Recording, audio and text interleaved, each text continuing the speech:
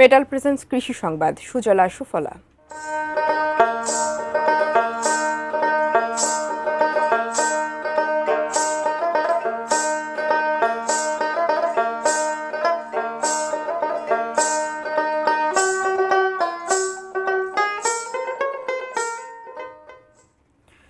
পঞ্চগড়ের মরিচ চাষিদের হতাশায় ফেলেছে ন্যায্য মূল্য না পাওয়ার বিষয়টি।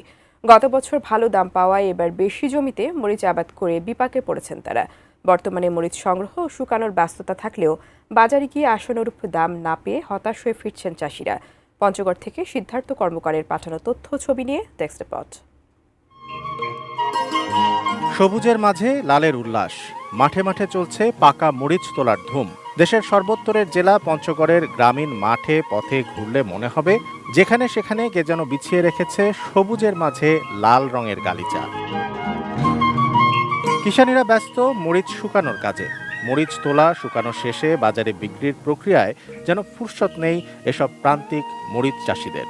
3 মাস 4 মাস গছিরাই 700-800 টাকা দিন পরে। মরিচের দাম যদি বাজারে থাকতো তাহলে কৃষক আমাদের আরো ন্যায্য দাম দিত।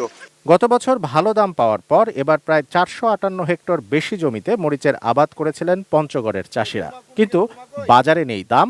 তাছাড়া জেলায় হিমাগারের সুবিধা পর্যাপ্ত না থাকায় বাধ্য হয়েই গতবারের চেয়ে অর্ধেক বা তারও কম দামে বিক্রি করতে হচ্ছে মরিচ। এছাড়া এবার পাতা কুঁকড়ে যাওয়া রোগসহ বৈরী আবহাওয়ার কারণে অনেক জায়গায় মরিচের ফলন কম হয়েছে। মনে হয় যে এবার লসে আসবে মরিচ, এবার মরিচের দাম নেই, ফলনও এবার কম, পাতাগুলো কুঁকড়ে যাচ্ছে। কৃষকলার আমার অবস্থা খুবই খারাপ। কারেন্ট মরিচটা ইন্ডিয়ানটা বন্ধ থাকতো তাহলে কিন্তু আজকে আমরা এই দেশি মরিচটা যে কৃষকের উৎপাদিত ফসলের ন্যায্য মূল্যটা পাই। চাহিদার তুলনায় আমদানি বেশি, তাই দাম কম। মরিচ সংরক্ষণের বিষয়ে পরামর্শ দিচ্ছে কৃষি দপ্তর।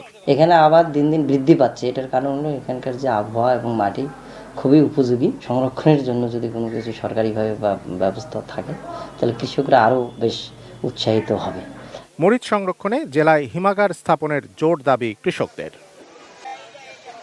Shamsul Arefin, desk report, ATN news.